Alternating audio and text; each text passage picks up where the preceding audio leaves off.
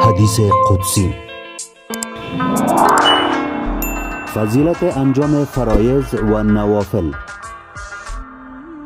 خداوند عزوجل فرمود: بنده با هیچ چیز مثل ادای آنچه بر او واجب کرده ام به من نزدیک نمی شود.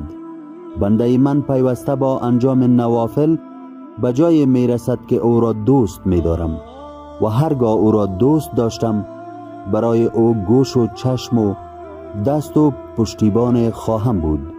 اگر مرا بخواند اجابتش می کنم و اگر از من بخواهد عطایش می کنم. توحید الصدوق، صفحه 400.